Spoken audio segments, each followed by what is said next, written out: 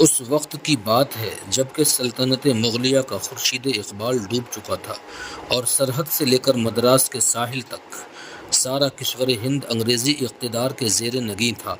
لکھنؤ میں ایک انگریز کمشنر بحال کیا گیا۔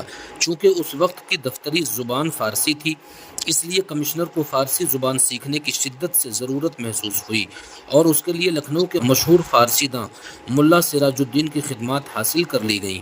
ملا جی روزانہ شام کو 4 بجے انگریز کمشنر کو ٹیوشن پڑھانے آتے تھے۔ موصوف عصر اور مغرب کی نماز کمشنر صاحب کی کوٹھی ہی پر ادا کرتے تھے۔ کمشنر کی ایک نوجوان لڑکی تھی۔ ہزاروں لالا رخوں اور زہرہ جمالوں کی کہانیاں اس کی ایک ایک ادا میں سمٹ آئی تھی۔ سرشار آنکھوں سے شراب کے پیمانے چھلکتے، مہتاب کی طرح درخشاں پیشانی ہر وقت موج نور میں غرق رہتی، چلتی تو فتنہ حشر جگاتی، باتیں کرتی تو پھول جھڑتے۔ جمال و رعنائی اور حسن و دلکشی کا وہ ایک مجسمہ تھی کہ مغربی تہذیب کے گھرانے میں وہ ہر وقت پردے میں رہتی تھی۔ ایک تو ماں باپ کی اکلوتی بیٹی، اس پر مزاج میں نفاست، طبیعت میں لطافت اور ناز و نعمت کی زندگی سارے خاندان کی راج دلاری بن گئی تھی۔ سیرت خصلت کے اعتبار سے بھی وہ نہایت پاک طینت، نیک سرشت اور شریف الطبع لڑکی تھی۔ شرم و حیا، علم و ہنر، ذہانت و دانائی اور متانت و سنجیدگی میں دور دور تک اس کا کہیں جواب نہ تھا۔ سارا قبیلہ اس کے حسن اخلاق سے مسخر تھا۔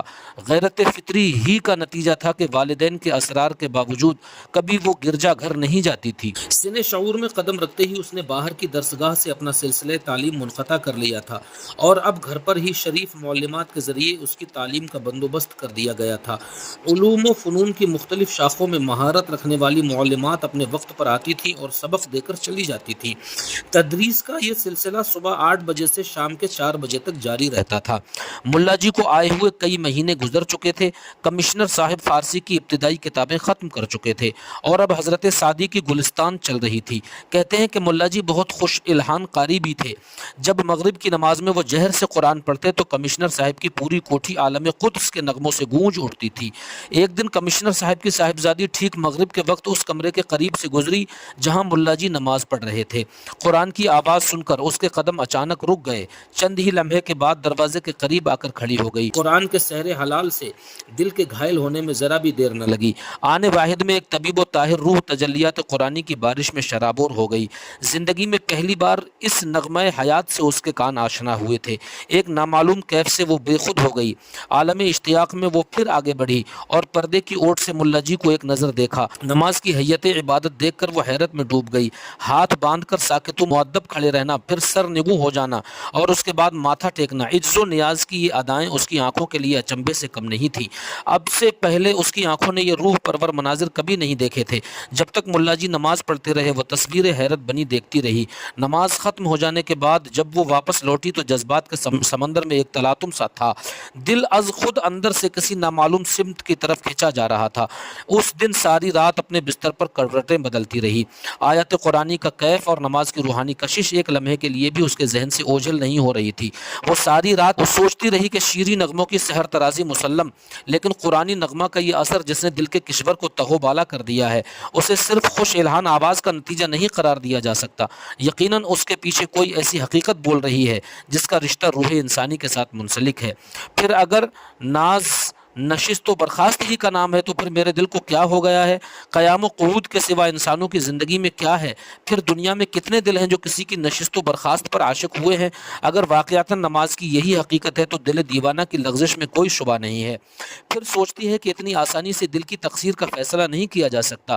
ہو نہ ہو یہ نماز بھی اسی عالم کی چیز ہے جہاں انسانی روحوں کا مزاج ڈھلتا ہے اور جہاں سے معنوی حیات کے چشموں کا دھارا پھوٹتا ہے۔ سوچتے سوچتے سحر ہو گئی، لیکن روحانی اضطراب کی آگ ویسے ہی سلگتی رہی۔ اپنا حال خود اپنی سمجھ میں نہیں آ رہا تھا۔ صبح طلوع ہوئی، دن نکلا، لیکن آج کتابوں میں جی نہیں لگ رہا تھا۔ سارا دن شام کے انتظار میں کٹا۔ حسب معمول عصر کے وقت ملا جی ٹیوشن پڑھانے کے لیے تشریف لائے۔ جو ہی ان کے قدموں کی آہٹ ملی، فرط شوق سے صاحبزادی کا دل اچھلنے لگا۔ بڑی مشکل سے سورج ڈوبا اور ملا جی مغرب کی نماز کے لیے کھڑے ہوئے۔ شہزادی قبل از وقت ہی پس پردہ کان لگائے کھڑی تھی۔ قرآن کی آواز کان میں پڑتے ہی دل کا حال بدلنے لگا۔ روح نغمہ جاوید کے کیف میں ڈوب گئی۔ آج دل ہی متاثر نہیں تھا بلکہ آنکھیں بھی اشکبار تھیں۔ کئی بار رومال سے بہتے ہوئے آنسو خشک کیے، لیکن چشمہ سیال کی طرح اس وقت تک سیلاب امڑتا رہا جب تک ملا جی نے نماز ختم نہیں کر لی۔ اسی عالم کرب میں کئی مہینے گزر گئے۔ دل کے شور محشر سے کوئی واقف نہ تھا۔ ہر روز مغرب کی نماز کے وقت پردہ در سے لگا ہوا جذبات کے تلاطم کا جو طوفان امڑتا تھا، خود ملا جی کو بھی اس کی خبر نہیں تھی۔ اب کئی مہینے کے عرصے میں مسیحی گھرانے کی دوشیزہ نامعلوم طور پر اسلام سے بہت قریب ہو گئی تھی۔ نماز اور قرآن کے عشق نے اب اسے اس راستے پر لا کر کھڑا کر دیا تھا جو کسی بھی وارفتہ حال مسافر کو ذرا سی دیر میں مدینے تک پہنچا دیتا ہے۔ دوسرے لفظوں میں دل اس رسول کی غائبانہ عقیدت سے سرشار ہوتا جا رہا تھا جس نے دنیا کو قرآن اور نماز جیسی نعمت لازوال سے بہرہ اندوز کیا۔ اکثر رات کے تنہائی میں سوچا کرتی تھی کہ جس رسول کے لائے ہوئے پیغام میں یہ کشش ہے، خود اس رسول میں کتنی کشش ہوگی۔ بلا وجہ عرب کے صحرا نشیں اس پر شیفتہ نہیں تھے۔ اس کی زیبائی کا یہی جلوہ کیا کم ہے کہ آج اس کے نادیدہ عشاق سے ساری دنیا بھر گئی ہے۔ یقیناً محمد عربی صلی اللہ علیہ وسلم عظمت و راستی کی ایک سراپا حقیقت کا دوسرا نام ہے۔ ناز کی پلی ہوئی لاڈلی بیٹی روزانہ صبح کو نئے کپڑے زیب تن کر کے باپ کو آداب کیا کرتی تھی۔ باپ کے دل کی شادابی اور روح کی آسودگی کا یہ سب سے بڑا ذریعہ تھا۔ آج وہ بڑی سج دھج سے آداب کرنے آئی تھی۔ آداب سے فارغ ہو کر مچلتے ہوئے ناز میں کہا، فادر ایک درخواست پیش کروں، قبول فرمائیے گا۔ بیٹی کے ان الفاظ پر باپ کی روح جھوم اٹھی۔ شفقت پدری کا جذبہ پھوٹ پڑا۔ فرط محبت میں بے قابو ہو کر جواب دیا، میری لخت جگر، ساری زندگی یہ آرزو رہ گئی کہ دوسرے بچوں کی طرح تم بھی کچھ فرمائش کرو اور میں اسے پوری کر کے تمہاری مسرتوں کا تماشا دیکھوں، لیکن نہ جانے تمہاری افتاد طبیعت کیسی واقع ہوئی ہے کہ یہ آرزو تشنا ہی رہی۔ اب جب کہ زندگی میں پہلی بار اپنے ارمان کے اظہار کے لیے تمہاری زبان کھلی ہے تو کیا اب یہ بھی پوچھنے کی ضرورت ہے کہ میں اسے قبول کروں گا یا نہیں؟ تمہارے علاوہ کون میری زندگی کی امیدوں کا مرکز ہے جس کے لیے کوئی بات اٹھا رکھوں گا؟ بیٹی نے نگاہ نیچی کیے، رکتے جھجکتے ہوئے بڑی مشکل سے اتنے الفاظ ادا کیے، مجھے اجازت دیجیے کہ ملا جی سے میں فارسی کی تعلیم حاصل کروں۔ باپ نے یہ سن کر ایک قہقہہ لگایا اور بیٹی کو تھپکاتے ہوئے بولا، اتنی ذرا سی بات کے لیے تم نے اتنی زبردست تمہید باندھی؟ میرا تو گمان تھا کہ تم کوئی بہت اہم فرمائش کرنے والی ہو۔ تمہیں اجازت ہی نہیں بلکہ تحسین و آفرین بھی ہے کہ تمہارے اندر حصول علم کا شوق جاگ اٹھا ہے۔ دوسرے دن ملا جی بعد نماز مغرب صاحبزادی کو بھی فارسی کی تعلیم دینے لگے۔ محنت ذہانت نے تھوڑے ہی عرصے میں فارسی زبان سے اچھی طرح روح شناس کر دیا۔ دوران تعلیم ہی میں ایک دن صاحبزادی نے ملا جی سے کہا، اگر آپ کو زحمت نہ ہو تو پیغمبر اسلام کی سیرت پر مسلمان مصنفین کی چند کتابیں میرے لیے فراہم کر دیجیے۔ ملا جی کو اس عجیب و غریب فرمائش پر حیرت تو ضرور ہوئی، لیکن وہ کچھ کہہ نہیں سکے۔ دوسرے دن چند مستند اور مفید کتابیں لا کر حوالے کر گئے۔ نماز و قرآن والے پیغمبر کی زندگی سے واقف ہونے کا موقع حاصل کر کے صاحبزادی کی مسرتوں کی کوئی انتہا نہیں تھی۔ جذبہ شوق کے عالم میں کتاب کا پہلا ورق کھولا اور کائنات کی سب سے معظم ترین ہستی کی زندگی کا مطالعہ شروع کیا۔ ورق ورق پر فضل و رحمت، جلال و جمال، عظمت و زیبائی، طہارت و تقدس، صبر و تحمل، جود و کرم، زہد و عبادت، فقر و ایثار، علم و حکمت، اعجاز و توانائی، قدرت و اختیار، قرب الہی کی جلوہ آرائی اور آسمان شوکت و اقتدار کے مناظر دیکھ کر دل کی دنیا جگمگا اٹھی۔ فرط شوق میں پلکوں پہ موتی کے قطرے جھلملانے لگے۔ لالا کی پنکھڑی جیسے ہونٹ حرکت میں آئے اور ایک ننھی سی آواز فضا میں گونجی، محمد صلی اللہ علیہ وسلم کے خدا، تو گواہ رہنا کہ مسیحی مذہب سے نکل کر تجھ پر اور تیرے آخری رسول پر ایمان لاتی ہوں۔ اے قادر و توانا معبود، تیرے محبوب پیغمبر کا واسطہ میری آنے والی زندگی کو کفر کی یلغار سے محفوظ رکھنا۔ دل میں عشق محمدی کا چراغ جل چکا تھا۔ اب ایمان بالغیب کی ایک نئی دنیا نظر کے سامنے تھی۔ حیات سرور کونین کی 63 سالہ تاریخ ذہن میں گھوم رہی تھی۔ سرکار کا جسم، ان کا نورانی پیکر، دلربا چہرہ، سرمگی آنکھیں، عطر برساتی ہوئی عنبری زلفیں، موجے نور میں لہراتا ہوا عارض تاباں، جمال سراپا کا ایک ایک نقش و نگار تصورات کی دنیا پر چھایا ہوا تھا۔ پچھلے پہر جو ہی آنکھ لگی، قسمت بیدار نے آواز دی۔ رحمت و نور اور محبت و دلکشی کی جو دنیا تصور میں گھوم رہی تھی، اب وہ نظر کے سامنے تھی۔ کوٹھی کے قریب ہی ایک مسجد تھی۔ جیسے ہی مؤذن نے اشہد ان لا الہ الا اللہ و اشہد ان محمد رسول اللہ کا کلمہ فضا میں نشر کیا، آنکھ کھل گئی۔ کلمہ اسلام سن کر دل بیتاب ہو گیا۔ ایمان کی امنگیں جاگ اٹھی۔ آج چہرہ بشاشت سے کھلا جا رہا تھا۔